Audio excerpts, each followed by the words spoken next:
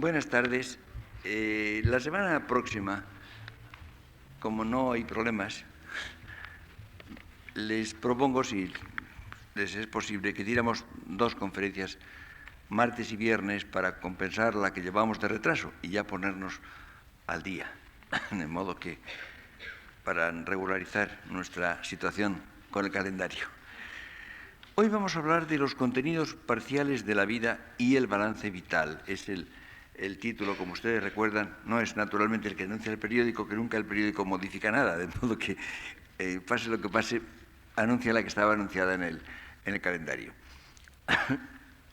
Hay que tener presente que la vida es una operación unitaria. Evidentemente tiene una multitud de facetas, pero como tal vida es siempre una operación unitaria, aunque pluridimensional. Ocurre lo mismo con ese elemento capital de la vida humana, que es lo que llamamos instalación. La instalación tiene una serie de niveles, tiene muy diferentes direcciones que hacen posible la pluralidad también de vectores que nacen, que brotan de ella, y constituye, por tanto, una estructura muy compleja y que se puede analizar. La estructura de la instalación se puede analizar. Normalmente el análisis de ella consiste en vivir. Quiero decir que las acciones vitales significan de una manera práctica un análisis de la complejidad de la instalación. Es decir, que la vida significa en cierta medida como una especie de recorrido y toma de posesión de esas diferentes dimensiones. Cuando yo vivo, al vivir estoy, en cierto modo, recorriendo la complejidad de la vida, la pluralidad de sus dimensiones, estoy enriqueciéndome con ellas y estoy adueñándome de ellas. Y esto tiene un carácter en cierta medida ejemplar, en un sentido que yo creo que es el propio del título un poco misterioso que da Cervantes a las novelas ejemplares. Cuando él dice que algún misterio tienen escondido que las levanta, cuando yo leí esto, no la primera vez, pero en fin, después de leerlo muchas veces, me puso sobre la pista de un cierto secreto, si quieren ustedes, que tienen estas novelas. Es decir, cada forma de vida tiene un sentido emergente. Quiero decir, es algo que brota, que nace de una totalidad unitaria y es como un ejemplo de ella. Es decir, cada forma de vida o cada dirección que sigue la vida brota de una totalidad en la cual estamos inmersos. La vida es una realidad sumamente extraña en la cual estamos y dentro de ella van surgiendo sus ingredientes, sus elementos, sus posibilidades. Por eso vivir tiene un carácter de exploración. Es evidente que al vivir exploramos los contenidos de la vida y sus posibilidades. Y esto precisamente es algo que determina una gran diferencia de las vidas individuales. Es evidente que muchas personas tienen una vida, diríamos, lineal, una vida unidimensional, en cierto modo muy abstracta, y en definitiva reducen la vida a una línea. Naturalmente la biografía es siempre una línea,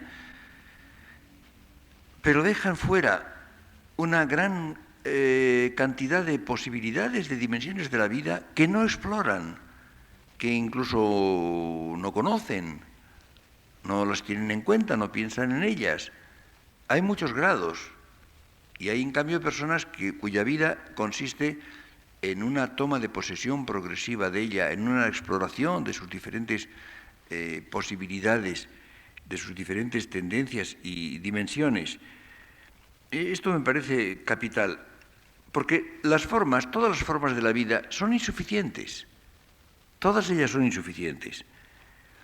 pero están trabadas en un sistema. Cuando empleo la palabra sistema, no piensen ustedes primariamente en lo intelectual. No es un sistema de ideas. Evidentemente, yo puedo aplicar la inteligencia para comprender, para expresar en conceptos esa realidad. Pero es un sistema vital, es un sistema biográfico. Es decir, esas dimensiones están concatenadas, están enlazadas, entrelazadas unas con otras. Y justamente aparecen como algo que se adelanta, que se individualiza, que emerge de ese fondo, de esa totalidad en la cual estamos. Conviene que no piensen ustedes tanto en la vida como una línea, sino más bien como algo en que se está. Yo estoy en la vida, estoy viviendo. Es una totalidad que me rebasa por todas partes, de la cual van apareciendo diferentes aspectos, diferentes tendencias, dimensiones. Esto me parece capital si ustedes quieren entender precisamente el sentido que tiene la felicidad que estamos intentando precisar un poco. Es decir, ese sistema, el sistema de la instalación y por tanto el sistema de la vida misma, es biográfico. Es un sistema biográfico y es unitario, puede ser unitario, aunque sea enormemente plural respecto de las cosas. Quiero decir, vamos a poner algún ejemplo para que esto resulte más claro. Tomen ustedes una acción vital cualquiera, pues andar, o lo que estoy haciendo ahora, hablar. Es evidente que cualquier acción vital es sumamente compleja. Para andar yo tengo que poner en juego mi organismo entero. Y además para orientarme, para saber a dónde voy, para dirigir mis pasos, necesito que intervenga mi realidad psíquica también, no solamente la realidad fisiológica, anatómica y fisiológica, sino además mi realidad psíquica y mis proyectos vitales. La prueba de ello es que tan pronto como no funciona bien algo, la operación de andar se dificulta y se hace problemática o imposible. Basta con que, yo qué sé, basta con que tenga yo un tendón que no esté en buenas condiciones o tenga un poco de ciática o psíquicamente no vea mi camino o esté un poco desorientado respecto de mis proyectos y no me acuerde bien de a dónde quería ir. Por cualquier parte que haya un fallo, en una multitud de cosas que entran en la acción de andar, ya no puedo andar. A veces basta con que me haga daño un zapato, que es lo más externo y elemental. Ya no ando bien, es evidente. Tomen ustedes la acción de hablar. Es evidente que yo tengo que poner en juego una enorme cantidad de músculos y de nervios y el cerebro para poder hablar. Y en cuanto me ocurre algo, simplemente si a uno le sacan un diente, pues ya no habla bien. Si tiene un catarro y las cuerdas vocales no están en perfecto estado, tampoco habla bien. No digamos si es algo que afecta al cerebro o a la vida psíquica. Es decir, hay una enorme pluralidad de ingredientes que se ponen en juego para cualquier acción vital. Sí, pero esas acciones vitales son simples. Cuando yo ando sin más. Es una acción totalmente unitaria. Y esto que estoy haciendo, que es hablar, yo estoy poniendo en juego en este momento una enorme cantidad de músculos y de nervios de los cuales no tengo ni idea. Y aunque fuera un buen anatomista, tampoco tendría idea. Y sobre todo, ustedes imaginen que yo tuviera que prestar atención directa a cada uno de los elementos somáticos que entran en juego para hablar, pues naturalmente no podría hablar, porque estaría preocupadísimo durante largo rato pensando qué iba a poner en juego para mover los labios, la lengua, las cuerdas vocales, todo lo demás, ¿no? Es decir, la enorme complicación respecto de las cosas no impide que la acción vital, biográfica, en el sentido de la vida humana, no de la vida biológica, que es lo complicado, sea simple. Es algo simple y totalmente unitario. Esto me parece que es enormemente importante tenerlo presente. Pues bien, cuando digo que el sistema de la instalación es biográfico y es unitario, me refiero precisamente a esto. No solamente un acto aislado como hablar o andar, sino el conjunto de los actos vitales y su melodía, diríamos, la continuidad que tienen, Si me pongo en el punto de vista de las cosas, esto se convierte en un caos, se convierte en una complicación extraordinaria y además tendría que tener en cuenta tal cantidad de elementos que no podría hacerlo. Pero la vida misma lo va resolviendo y, en definitiva, pone en juego lo que pudiéramos llamar ese análisis del que hablaba. Es un cierto análisis de esa realidad. Y esto me lleva a pensar que una cosa es estar, yo estoy, y es justamente el verbo estar es el verbo que corresponde a la instalación, y otra cosa es proyectarme. Pero naturalmente no son separables. En definitiva, lo que podríamos decir yo estoy viviendo. Yo no estoy simplemente, pero vivir es estar viviendo. Por consiguiente, la vida me aparece como flechas. La flecha ha sido siempre el símbolo de la proyección, el símbolo del proyecto es o el vector. El vector siempre se representa por una flecha, con una magnitud y una orientación determinada. Pues bien, pero no se trata de una flecha, no es una flecha, es un haz de flechas. Es decir, la realidad se presenta como un haz de flechas. Una de ellas es privilegiada.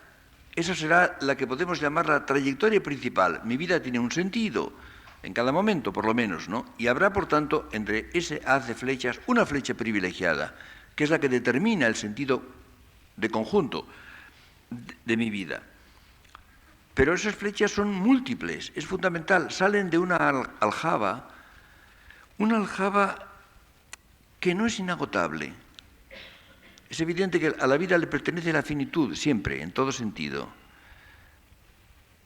Es una aljaba no inagotable, pero siempre que no está agotada. Ven ustedes, es la aparente contradicción. No es inagotable, pero no está agotada, y por tanto siempre se puede sacar otra flecha. Es decir, siempre tiene posibilidades. Siempre hay posibilidades no agotadas, aunque no sean inagotables. Pueden ser finitas, pueden terminarse. No es algo indefinido. Si fuera totalmente infinito, no habría problema. Yo podría seguir sacando flechas para siempre, ¿no? No. Es un repertorio que se puede agotar, que no es inagotable, pero que todavía no está agotado mientras vivo. Y por tanto siempre hay una posibilidad abierta. Esto es capital. O si quieren ustedes otra imagen, tomen ustedes un cohete. Esos cohetes que se hacen cuando hay fuegos artificiales, a lo mejor una verbena, ¿no? El cohete se dispara, el cohete se abre en una serie de trayectorias múltiples, pero es un solo cohete.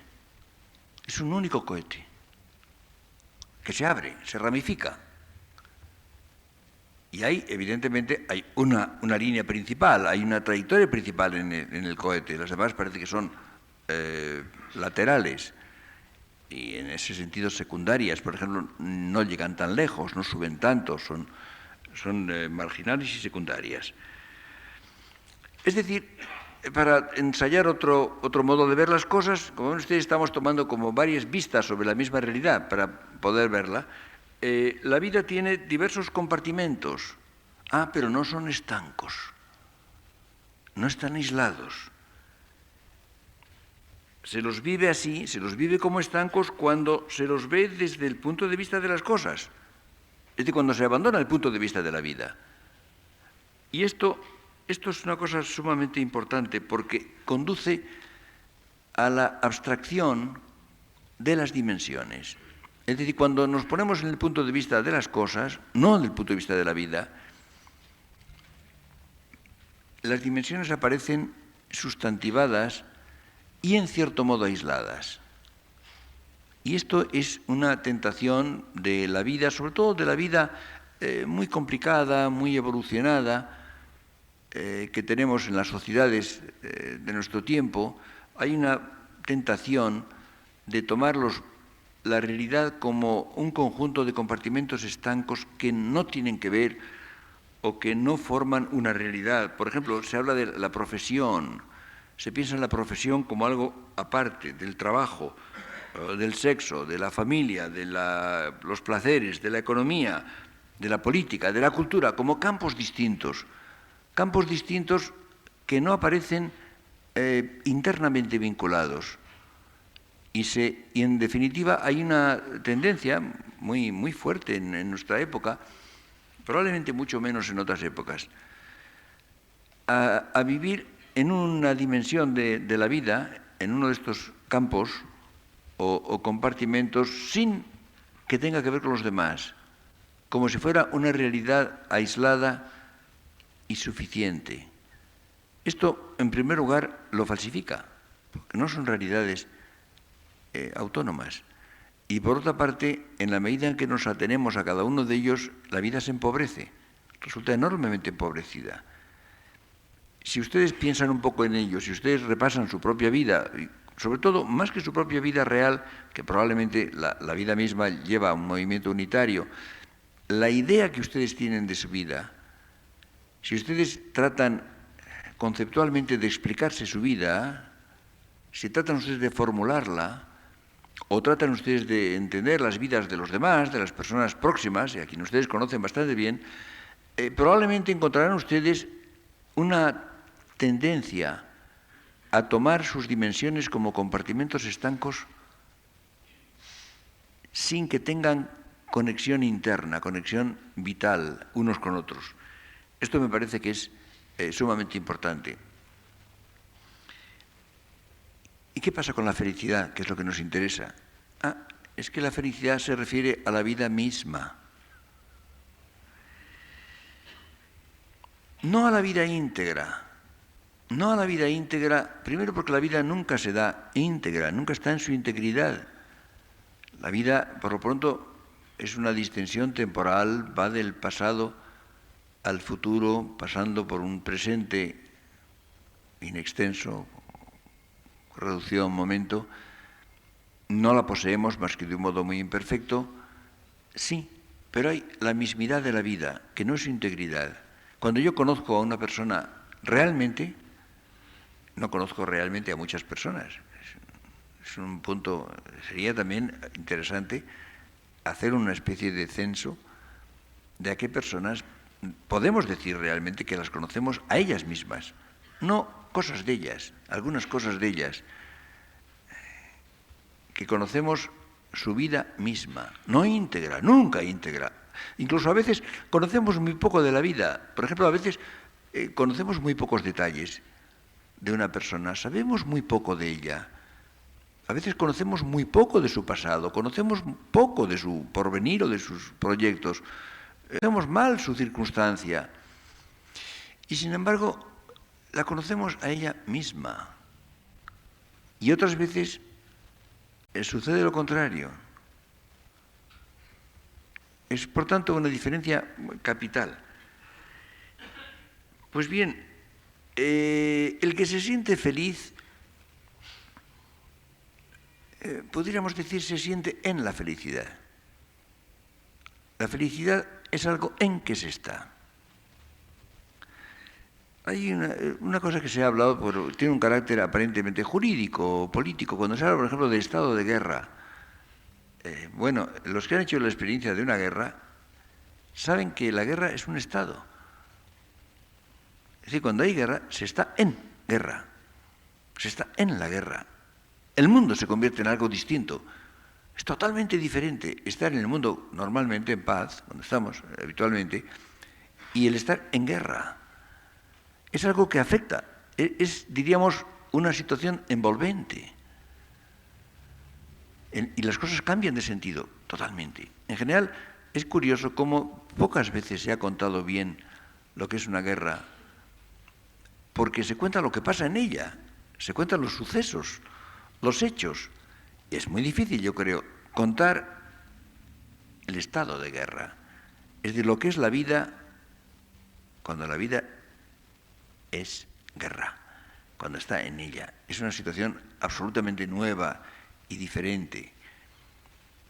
Por desgracia, yo tengo la experiencia, pero en fin, muchos de ustedes no la tienen o la han tenido muy jóvenes, cuando no tenían quizá plenamente esa experiencia, aunque siempre hay una experiencia, el muchacho o el niño tiene también su experiencia desde un nivel determinado y es interesante. Pero en todo caso, lo que me interesaba es el carácter del en, Pues bien, cuando yo me siento feliz, me siento en la felicidad. Ahora, como la vida es inestable, es constitutivamente inestable, claro, está uno instalado en presentes o momentos de felicidad que afectan a dimensiones parciales de la vida, pero con una condición. Es decir, imaginen ustedes una situación de felicidad parcial. Es decir, yo en un cierto momento determinado, que puede no durar, que es constitutivamente inestable, me siento en la felicidad, me siento feliz, y esta felicidad normalmente afecta primariamente a una dimensión de la vida, no a todas. Esto puede haber alguna situación, pero no es lo normal. Esto parece contradecir lo que decíamos de la unidad global y el carácter secundario de esos compartimentos o esas dimensiones parciales. No, pero lo fundamental es que esas dimensiones estén referidas a la vida misma. Cuando están referidas a la vida misma, cuando ésta queda, por tanto, afectada por esas dimensiones, entonces sí, entonces puede haber felicidad. Placer puede haber en otras cosas. Yo puedo tener placer, evidentemente, incluso placer muy vivo, que afecta a una dimensión particular, pero no es felicidad, no tiene nada que ver con la felicidad. La felicidad puede tener un carácter parcial, localizado, momentáneo, y ser felicidad con tal de que se refiera a la vida misma. Que haya, por tanto, una referencia directa de esa dimensión a la vida misma. Entonces sí, entonces aquello se puede llamar felicidad, mientras que las demás cosas, imaginen ustedes lo que es el placer, cualquier tipo de placer sensual o placer intelectual, o el éxito, o la fama, o la riqueza, o lo que ustedes quieran, si no afectan a la vida misma, pueden producir placer o cierto tipo de satisfacción, pero no es felicidad. No se podría considerar como felicidad. Este es el rasgo capital, esa referencia a lo que podemos llamar la mismidad de la vida, para entendernos mejor. Ahora, esta felicidad se vive a plazos, se vive todavía mejor a crédito, es decir, contando con ella pero sin seguridad. Una persona que está siendo feliz, bueno, cuenta en principio, cuenta con la felicidad, cuenta con la continuación, porque si no contara con ello no sería feliz. Recuerden ustedes, como les decía otro día, que ser feliz más que ser feliz, es ir a ser feliz. La felicidad se refiere sobre todo a mañana. Si yo mañana voy a ser feliz, me siento feliz. Si yo mañana voy a ser desgraciado, estoy ya desgraciado desde ahora. Esto es capital. Pero hace falta, por tanto, contar con la continuidad, pero con la conciencia de inseguridad. Esta es la limitación de la vida, pero es su condición. Y esto, por otra parte, introduce un cierto elemento de dramatismo que se añade a la felicidad. Hace que la felicidad tenga un carácter dramático. Comparen ustedes la felicidad o la infelicidad con la certidumbre o la incertidumbre. Hay un cierto paralelismo, porque puede ocurrir, por ejemplo, puede existir la certidumbre en medio de muchas incertidumbres. Yo me puedo sentir en lo cierto, me puedo sentir seguro respecto del sentido general de la vida, aunque haya innumerables cosas que no sepa, que no entienda, y que no sé, son siempre millones y millones. No. Las cosas que cuentan, la incertidumbre no es el no saber una cosa, es el no saber lo que tengo que saber, lo que necesito saber. Pues bien, yo puedo no saber muchas cosas que necesito saber y, sin embargo, estar en un estado de certeza respecto de la vida en su conjunto, respecto del sentido de la vida. O puede ocurrir lo contrario. Puede ocurrir que yo tenga muchas certezas, esté cierto de muchas cosas, sí, pero mi estado fundamental sea de incertidumbre, no sepa qué atenerme respecto del sentido de la vida, no sepa qué hacer. Hay momentos en que el hombre se dice, no sé qué hacer. Puede saber muchas cosas y puede saber, sí, puede saber lo que va a hacer aquel día, a lo mejor demasiadas cosas, tiene que hacerlas y las tiene determinadas. Y sin embargo, hay por debajo una última incertidumbre. No sé qué hacer, no sé qué quiere decir esto. Pues bien, respecto de la felicidad ocurre algo muy parecido. Es decir, puede haber sufrimiento, malestar, y sin embargo, sobre un fondo de felicidad. O puede ocurrir lo contrario. Puede ocurrir que en medio de placeres, de satisfacciones, uno se sienta últimamente infeliz. Como ven ustedes, creo que la idea de certidumbre arroja bastante luz sobre lo que queremos decir. Es decir, las certidumbres o los momentos de felicidad, o lo contrario, se mueven sobre un fondo, o dentro, si quieren ustedes, de una especie de felicidad o de certidumbre envolvente, ambiente.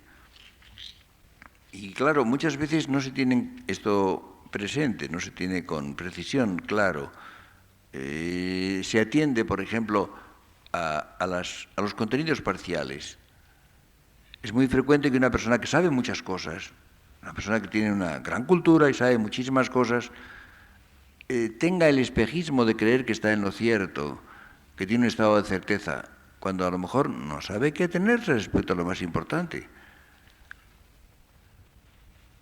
Y ocurre también que a veces prestamos la atención a los elementos parciales de infelicidad, de malestar, de dolor, de sufrimiento o de felicidad, olvidando que nos movemos sobre un fondo distinto, sobre un fondo incluso contrario. Esto me parece capital, porque muchas veces se confunden los quehaceres con sus resultados, con sus logros. Y naturalmente lo fundamental en los quehaceres humanos es su motivación. No olviden ustedes aquella distinción que Ortega la usó durante mucho tiempo, casi toda su vida, la distinción entre actividad y hacer.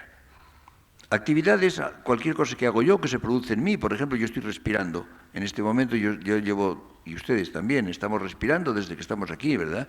Y sin embargo, si yo les preguntara qué hacen ustedes y me dijeran respirar, esto sería una tontería, ¿no? No es lo que hacen ustedes, eso se hace en ustedes, es una actividad. Lo que hacen ustedes es escucharme. Lo que hago yo es hablarles de la felicidad. Y mientras respiramos unos y otros.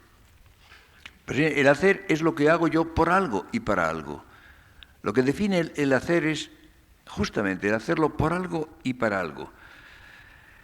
Y por tanto no tiene que ver directamente el logro, el éxito o el fracaso, con el quehacer y su motivación.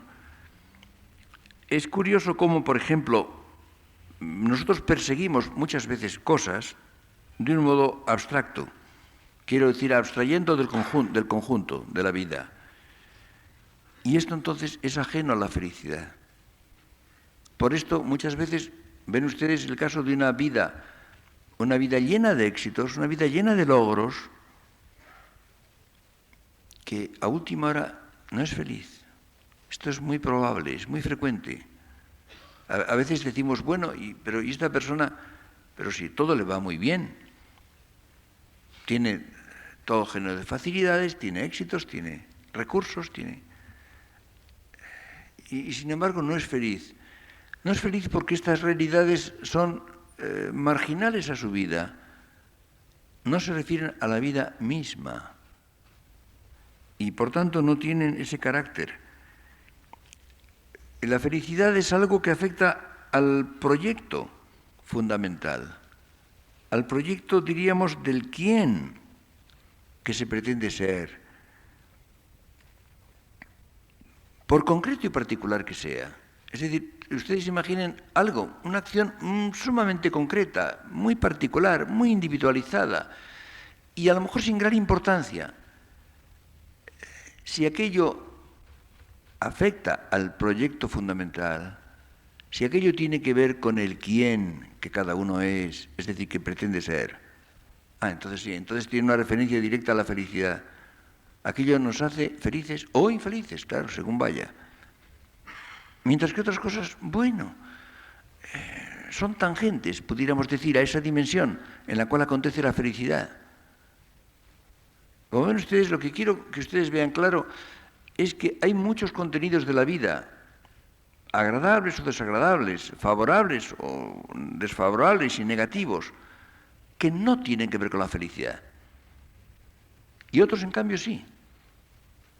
Si no afectan a la vida en su condición global, dramática, al quién que uno pretende ser, no afectan a la felicidad, ni en bien ni en mal. Y por esto, naturalmente, no hay nada que revele más quién es cada uno que el contenido de la felicidad para cada persona. Es decir, ¿qué nos hace felices o infelices? Eso es lo que somos. Eso es lo que descubre lo que verdaderamente somos. ¿Quién verdaderamente somos? Dicho mejor todavía. Todo lo demás es epidérmico.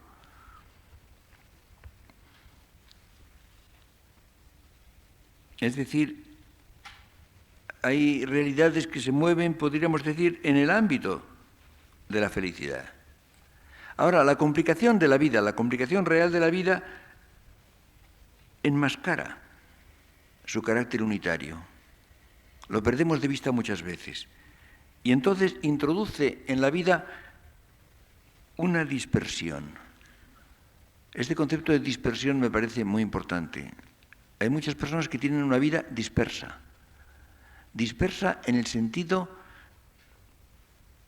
de que se pierde de vista esa unidad dramática, proyectiva, y entonces esto hace difícil la felicidad, incluso en medio del éxito, en medio de las facilidades.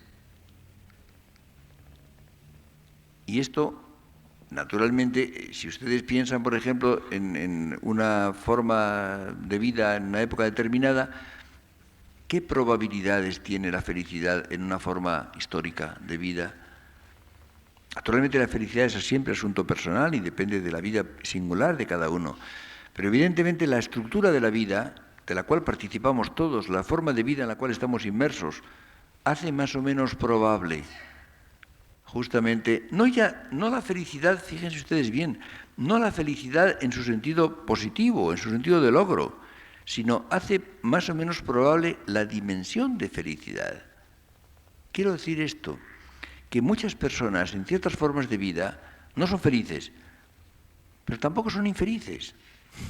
Es decir, no son ni siquiera infelices, porque ser infeliz quiere decir tener pretensión de felicidad frustrada, moverse en el ámbito de la felicidad. Lo cual quiere decir, evidentemente, si la felicidad forma parte de la pretensión fundamental humana, que esas vidas son menos humanas. Esto es grave, como ven ustedes, yo creo que es más grave que no tener felicidad. El estar privado no solamente de la felicidad, sino hasta de la infelicidad, es mucho más grave todavía, porque significa un rebajamiento de la vida humana, es un rebajamiento, diríamos, ontológico, un rebajamiento real, y entonces la vida no llega al nivel de lo estrictamente humano, de lo propiamente humano. Serían formas de deshumanización o hasta de deshominización.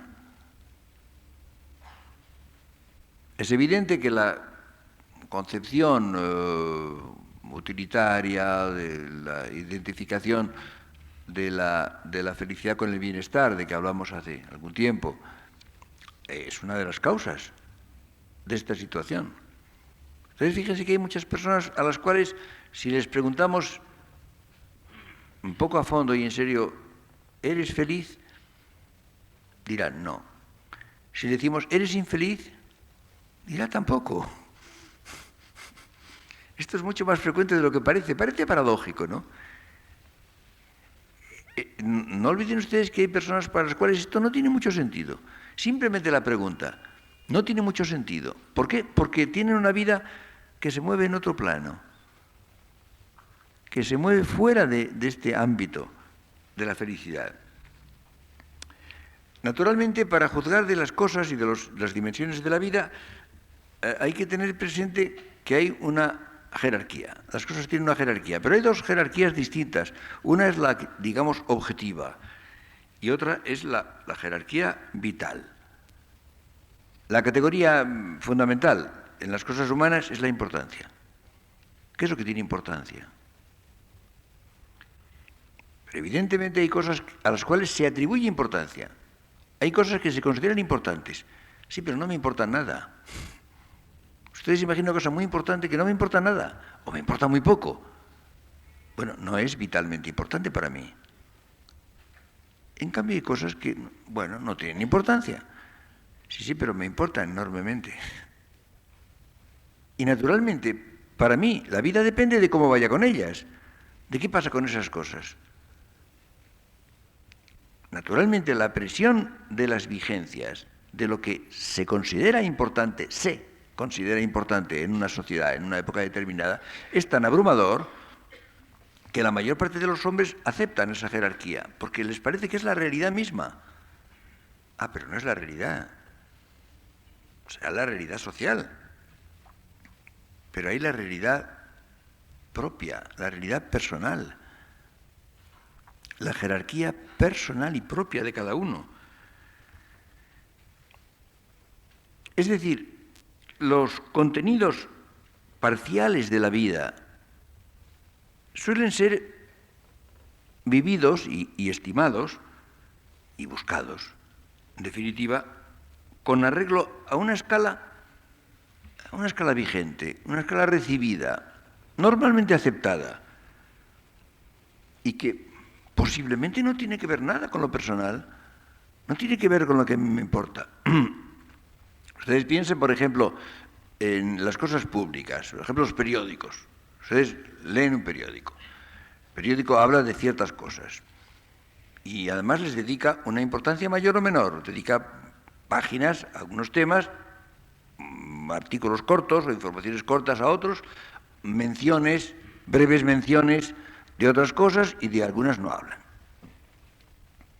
Pero si ustedes leen el periódico, la tentación primaria y la conducta normal de la mayor parte de la gente es seguir, aceptar esa pauta. Es pensar que lo importante es lo que aparece como importante en el periódico. Por ejemplo, se refleja en el tamaño de los titulares. Ahí me ocurrió siempre un fenómeno que es un fenómeno psíquico, que yo no sé si es general o no. Pero ahí me ocurría, ahora ya quizá no hay ningún periódico que lo tenga así, pero ha habido periódicos en España o en otros países que tienen unos enormes titulares. Es curioso, yo nunca los leía, que no los veía. Eran tan grandes las letras que no me parecían letras, no me parecía que decían nada. Y yo iba a lo que había debajo, en letra menor. Y a veces un título, había un periódico hace pocos años en España que publicaba unos títulos enormes y además que siempre muy sensacionales. Y lo curioso es que yo no los veía. Es decir, los veía a lo mejor luego, al cabo de un rato, pero por lo pronto mi mirada se iba a lo que venía debajo en letra más pequeña, tal vez a los titulares menores que venían detrás de ese grande, que me parecía como una especie de ornamento de la página primera, como una greca o algo así, pero sin significación. Pero normalmente se acepta que lo importante es lo que tiene importancia en los medios de comunicación, por ejemplo. Pero puede ocurrir que saltemos 10 páginas seguidas del periódico porque no nos interesa nada absolutamente. Y a lo mejor nos detenemos en una cosa que está muy brevemente tratada o echamos de menos lo que no está tratado ni poco ni mucho, porque eso es lo que nos interesaría ver. Pues bien, esto se aplica a la manera como tenemos la manera de vivir realmente. Y muchas veces ocurre que se produce como una especie de desorden de las preferencias. Esto es sumamente importante. Hay un desorden de las preferencias, no estamos en claro respecto de ellas, nos abandonamos a algo que nos es propuesto, no hace falta que sea impuesto, pero nos es propuesto con una fuerza de persuasión, por su repetición, por su carácter presente en todas partes. Y entonces esto nos desfigura lo que es nuestra preferencia real. Ustedes saben que hay esta norma de la que aparece en la poesía clásica y en muchas formas, carpe diem, aprovecha el día, ¿no? Coge el día. Y claro, esto aconseja precisamente el aprovechamiento del momento. Esto es fundamental, esto fomenta la felicidad, la hace posible. Las personas que tienen un horizonte limitado, dilimitado o muy vago, a lo mejor dejan pasar el día, el momento, que puede estar lleno de contenido, que puede ser un momento de felicidad. Es una norma positiva, el carpe diem. Pero, claro, por otra parte, si se insiste mucho en el carpe diem, se introduce el aislamiento. Es decir, se goza del momento, de cada momento. Pero entonces se produce una especie de interrupción de esa fluencia de la vida. Se desvirtúa el contenido de felicidad. Hay un elemento de continuidad que no excluye el carpe diem, no excluye el aprovechamiento del momento. Sí, pero que pide continuidad. Y esto me parece importante. Se podría añadir algo, se podría extender este carpe diem y habría que decir carpe rem, coge la cosa, aprovecha la cosa, es decir, aprovecha esa fracción de realidad que significa felicidad. ¿Por qué? Porque tiene conexión con la vida misma. Es decir, aprovecha aquellas formas de realidad, aquellas parcelas de realidad que están referidas a la vida en su mismidad. Porque esas son las que dan felicidad, esas son las que pueden darla. Como ven ustedes, habría un problema de economía de la felicidad, que es más compleja que la economía dineraria. Y es evidente que hay grados de administración, diríamos, en este punto. Hay personas que saben aprovechar el día, la hora, cada cosa, cada elemento en conexión, y otras no. Otras están, por ejemplo, vueltas a un proyecto lejano y dejan perder el atractivo, la felicidad que puede dar cada momento o cada realidad concreta, particular. Esto, evidentemente, introduce un elemento decisivo. Por esto hablaba de los contenidos parciales. Los contenidos parciales de la vida, que son el objeto inmediato, el objeto primario de la felicidad. Pero hay otro aspecto. Hay otro aspecto que es lo que podemos llamar el balance vital. Porque contra ese balance vital hay que contrastar toda pretensión de felicidad. Toda parcela de felicidad lograda o deficiente o frustrada. Quiero decir que el hombre constantemente hace o tiene que hacer, a lo mejor no lo hace, pero esto le falta, un balance vital. Es decir, ¿en qué estoy? ¿En qué me encuentro? En economía uno hace balance de vez en cuando a ver cuál es el estado de... Yo, antes de la declaración de la renta, no conocía más operación económica que el arqueo, es decir, ver lo que queda. Es la única operación que yo conocía. Nunca sabía ni lo que ganaba ni lo que gastaba, pero miraba a ver lo que quedaba o lo que faltaba. Pero en fin, esto es el balance, es el más elemental de los balances. Es evidente que el hombre necesita hacer esos balances vitales con frecuencia. Es decir, ¿en qué estamos? ¿Qué pasa? Claro, ese balance no es intelectual, no es propiamente intelectual. Naturalmente la inteligencia funciona. La inteligencia interviene en él porque la vida humana es intrínsecamente inteligible, es decir, es transparente a sí misma, consiste la vida en estar presente a sí misma. Por eso se trata de razón vital. Pero no es intelectual en el sentido de que no sea resultado de un examen intelectual, de un análisis intelectual. Es decir, es el darse cuenta, es lo que podríamos llamar la percatación de cuál es el estado real de uno. Es decir, cómo se siente uno. Claro que este balance vital tiene una condición fundamental, que es no hacer trampa. Claro. Es decir, hay que hacerlo en estado de última sinceridad. Dirán ustedes, bueno, pero si lo hace uno para sí mismo y no para la hacienda, pues lo hará sinceramente. Pues no es seguro, no es seguro. Hay mucha gente que hace trampas haciendo solitarios. Es sumamente frecuente. De modo que no es nada seguro que este balance vital lo hagamos con plena sinceridad y por tanto con veracidad. Porque pensamos que debíamos estar muy bien y entonces decimos que sí, que estamos muy bien, o a la inversa. Y puede ocurrir que no, que el balance acuse un saldo diferente de lo que se esperaba. Es decir, esta felicidad parcial, hablaba siempre de los contenidos parciales, la felicidad parcial se incorpora a la vida. Es quizá la palabra adecuada. Quiero decir, destiñe sobre su conjunto. Ustedes piensen que un contenido parcial, y que puede ser mínimo, pero verdaderamente felicitario, parece como si se derramara sobre la totalidad de la vida, sobre si destiñera sobre ella como un color. Le da una coloración distinta. Y incluso perdura después de haber pasado.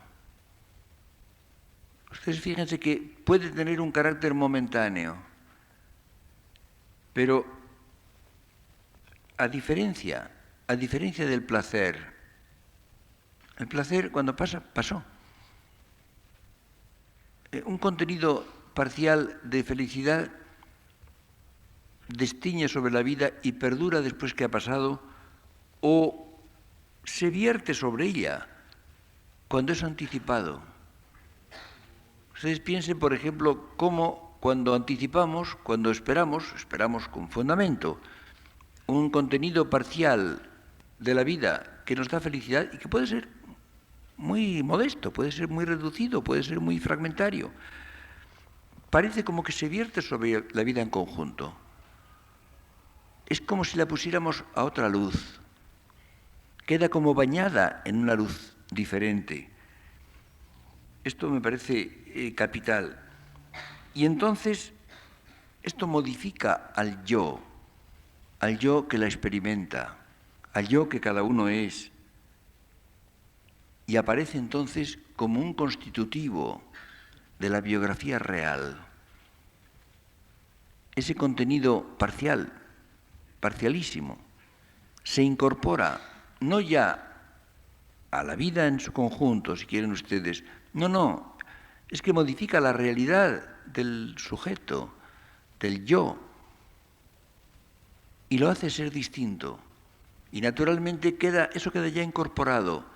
En cierto sentido, se podría decir que la felicidad, incluso transitoria, fugaz, en cierto modo no se pierde. Es algo que no se pierde. Las demás cosas se pierden.